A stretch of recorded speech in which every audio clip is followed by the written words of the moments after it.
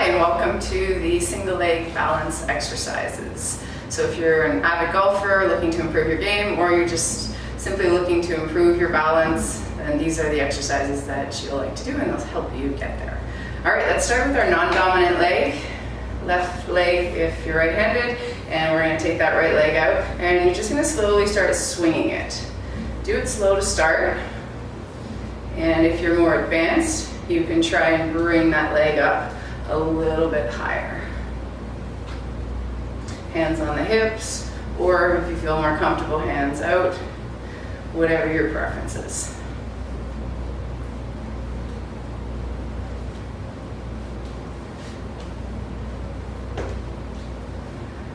And it's completely normal to fall. All of us will fall at some point. Just go right back up and catch your balance. Okay, now let's take that same leg without touching the ground, so you really want to work on that left leg. We're going to come up and kick, and kick, and kick. And if you have poor balance and you're trying this for the first time, make sure you're next to a wall so that you can help stabilize yourself. And when you're kicking, you really want to lean back and squeeze the glute on that left leg. So bring that chest up, and you can even start to look up.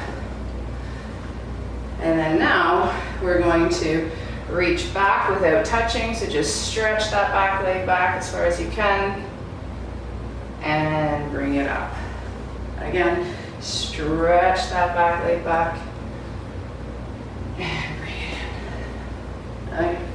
Stretch back, and bring it in.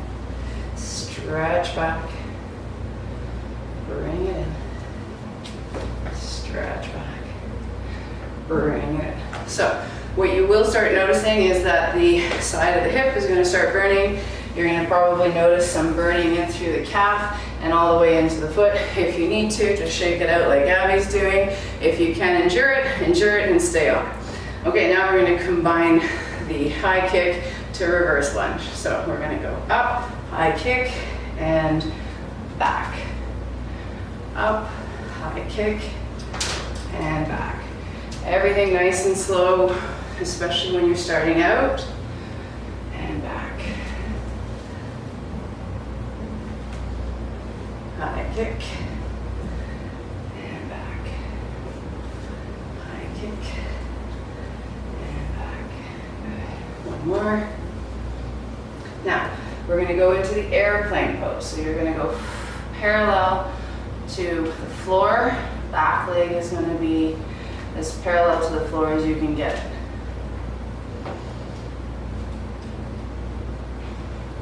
Bring your hands down to the ground.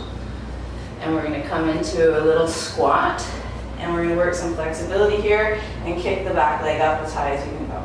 So when you come into that little squat to knee tuck, you're going to look back at your knee when you go up.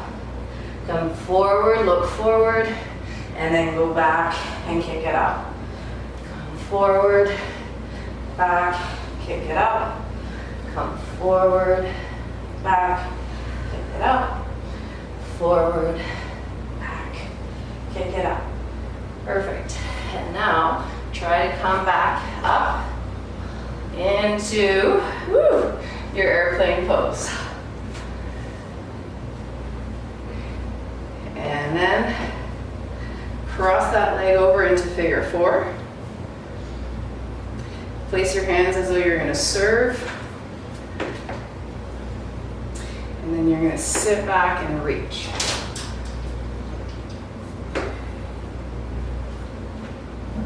And bring it in. Sit back and reach. And bring it in. Back, reach. Bring it in. Two more. Sit back. And one more. Back. Yeah. Good. Now, shake out that left leg if you haven't already. And get ready to start that whole sequence on the right side. So So all those little, that kind of burning feeling that you get in the ankle up to the foot and hopefully in the hip, that's all just little muscles that you're rarely using, and this will make a big difference in terms of your stability and balance and whatever it is you're doing with your life, sport or just day-to-day activities. Okay, on that right leg, so this should be a little bit easier. All right, so here we're just gonna start with the side kicking.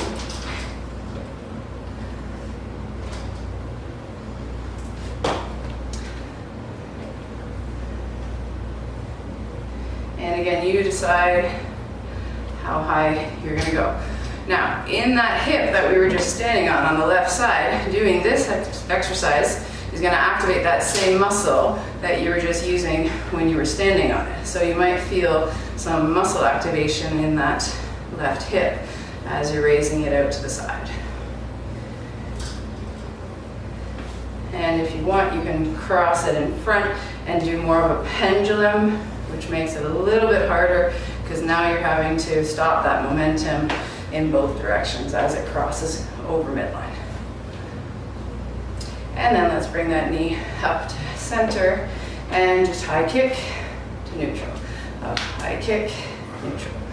Up, high kick, neutral. Again, remember squeezing the right bum as you lean back to kick up nice and high. Don't just stay here and kick low. You've got to lean back and kick high. Okay, lean back, kick high. Sometimes it's nice to have your hand up there and give yourself a target, something to reach towards. Up. 3 more. 2. And 1 more. Now same thing. You're gonna reach back. And then bring it in. Reach back. Bring it in. Reach back. If you need to touch the ground at the back, that's okay. Just try and see if you can get any without touching. Reach back and in. Reach back and in. Now let's combine the reverse stretch to the high kick. So here we go. High kick, reverse stretch.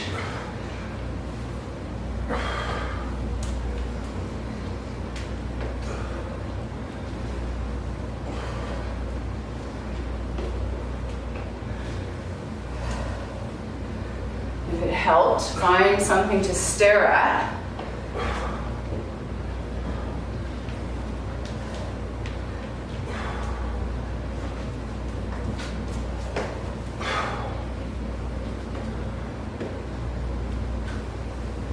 Good. And now let's hold it back there and we'll go into the airplane.